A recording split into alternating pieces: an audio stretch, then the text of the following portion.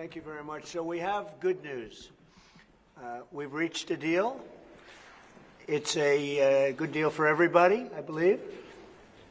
And it's, I think you were saying this is probably the biggest deal ever reached in any capacity, trade or beyond trade. It is. It's a giant deal with lots of countries because, as you know, Ursula represents a lot of countries, not one country. It's not easy for you. It's because a lot of very different countries, great countries, but some are strong with cars, some are strong with agriculture, some are strong with both, right? You have a lot of different factors. So we're going to do the following. The European Union is going to agree to purchase from the United States $750 billion worth of energy, $750 billion worth of energy. They are going to agree to invest into the United States $600 billion more than they're investing already. So they're investing a large amount of money.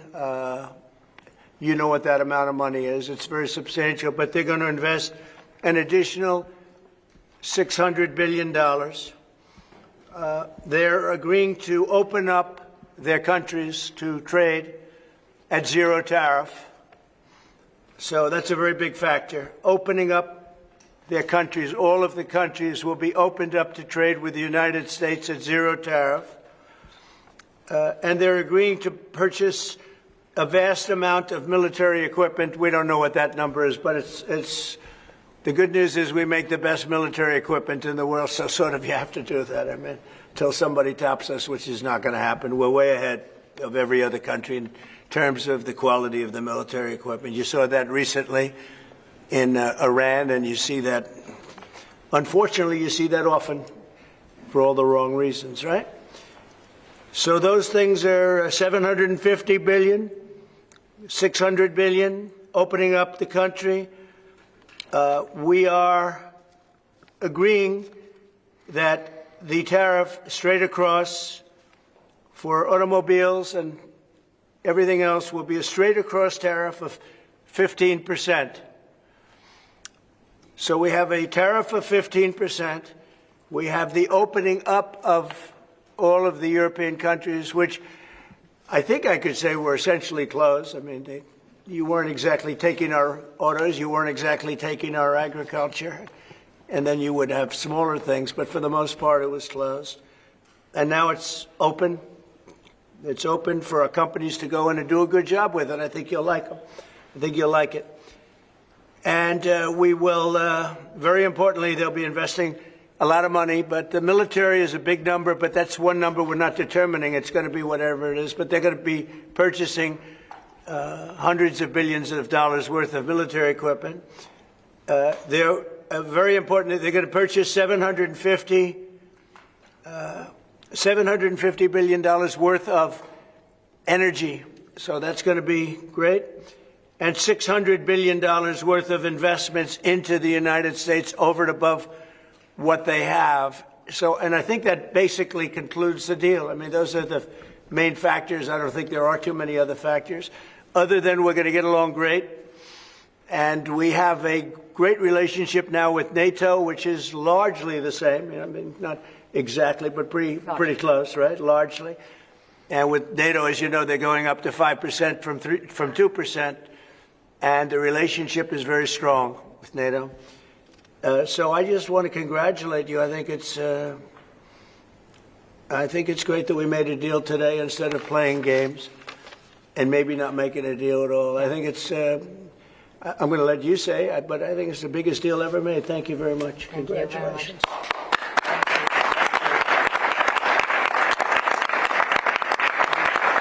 Yeah, thank you. We have a deal. We have a trade deal between the two largest economies in the world. And it's a big deal. It's a huge deal. It will bring stability. It will bring predictability. That's very important for our businesses on both sides of the Atlantic. It's 15% tariffs across the board, all inclusive. The investments Mr. President just described that going to go to the United States and the purchases over there. Indeed, basically the European market is open. It's 450 million people. So it's a good deal. It's a huge deal. Yeah. It was tough negotiations. I knew it at the beginning, and it was indeed very tough, but we came to good conclusions for both sides. So again, congratulations and many thanks. Thank you very much. Thank you. Do you have any questions? How did you come to a deal so quickly? Did the European Union come there and get I think we both wanted to make a deal. You said something that is very important. It's going to bring us closer together. I think this deal will bring us very close together, actually. Sort of, it's a partnership in a sense, but it's a very good point, and it's something that's very important. But was there one issue that needed to get over the hurdle? No. We had 4 or 5. No, not pharmaceuticals. I mean, we're going to be, as you know, a lot of companies are coming into the U.S., and that's unrelated to this deal. But it's, I think this didn't just start today. We had a meeting. I wasn't sure. I said 50-50. I think you probably felt the same thing. But this started months ago, this negotiation. So we knew pretty much what we were getting into, and we were able to make a deal that's very satisfactory to both sides. So it's a very powerful deal. It's a very big deal. It's the biggest of all the deals. It will be the biggest of all the deals. So we're very honored to have done so, and your staff has been fantastic, and they've worked together long and hard. They worked hard and long, and many thanks to the teams on both sides. It was, as I said at the beginning, a heavy lifting you had to do, but many thanks also for the talks we had many times on the way to our goal, and now we made it, and that's good. It's really good. Anybody else? Yes, ma'am. I have a question for the EU Commission President. What are the U.S. concessions? What is the U.S. giving up in the deal, if anything? So the starting point was an imbalance, a surplus on our side and a deficit on the U.S. side. And we wanted to rebalance the trade relation. And we wanted to do it in a way that trade goes on between the two of us across the Atlantic, because the two biggest economies should have a good trade flow between us. And I think we hit exactly the point we wanted to find. Rebalance, but enable trade on both sides, which means good jobs on both sides of the Atlantic, means prosperity on both sides of the Atlantic, and that was important for us. And again, the energy is a very important component, because we have more energy than anybody else in that sense. And I think it was very wise that they buy a lot of energy, and it's great stuff, and it solves a lot of problems. So that was a great decision, I think. What about steel? Have you agreed? On what? Steel. Steel is staying the way it is. The steel and aluminum, et cetera, that's a worldwide thing. That stays the way it is. We How have about chips? Did you discuss that as part of the agreement? Chips? Chips is, Howard, you might want to describe the chips, please, if you would. Well, the expectation is in 2 weeks' time, we're going to come out with our CHIPS 232, and that was one of the key reasons that the European Union came to talk to the president, to try to resolve all things at one time. And well, I'll let you wait for the 2 weeks until you get to announce your plan. But we are going to be bringing chip manufacturing back to the United States of America. We'll be doing a lot of chips. A lot of companies are coming in from Taiwan and from other places into the U.S. And they're doing that in order to avoid tariffs. And the president really avoided the tariffs in a better way for them, much better way, much more conclusive. I think probably much more profitable, definitely much more profitable, and got a lot of benefit from it. So it was a very interesting negotiation. I think it's going to be great for both parties.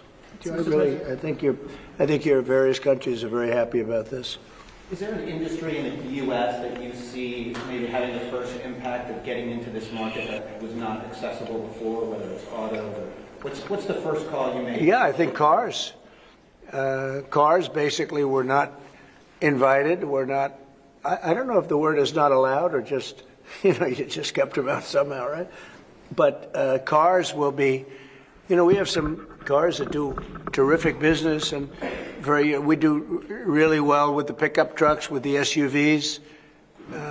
We have some great things, and I think the people of Europe will have some diversification. I think that'll make them happy.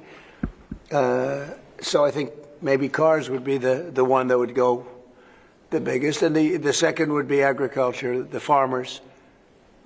And we'll do it in very strict conjunction with the President and the European Union. And they're coming into our country with great vigor. And I think they're going to make a lot of money with this. I think everybody is. I think and again, it's going to bring a lot of unity and friendship. It's going to work out really well. Okay? What's the next deal you're focused on now? Say it. What's the next deal you're focused on now? That's an interesting question. This was the big one. This is the biggest of them all. We're looking at deals with 3 or 4 other countries. But for the most part, I can't get them to understand that it's the letter. We just sent that letter, and that letter is, very universal for most. I mean, most, you wouldn't be able to do this. You wouldn't have the time or the patience to be able to do a deal like this. Most of the others are going to be a certain tariff, and we're going to keep it as low as we can. They're generally smaller countries or countries we don't do much business with. But that they've already received, to a large extent, they've received a letter. They'll probably receive a letter of clarification or a confirmation type letter, which will go out sometime during this week, prior to August 1st. And the tariffs will start being paid by those countries prior to August, on August 1st and beyond. Okay? Mr. President, was part of the rush to get this deal done to knock the Jeffrey Epstein story out? Oh, you got to be kidding with that. No, had nothing to do with it. Only you would think that. That had nothing to do with On a it. day which is good for European business and American business, businesses in this country, particularly small businesses, are closing at a record rate. And you're seeing the Prime Minister tomorrow, Chris Darman. What does he need to do to help British business in this country? I think everybody's going to be happy with this. The Prime Minister of the UK, while he's not involved in this, will be very happy because, there's a certain unity that's been brought there too. We have a separate deal with them, but I think he's going to be very happy to know. Look, he's friendly with all of you. I think he's a very good man, and he's going to be very happy to see what we did. I think UK is going to be very, very happy.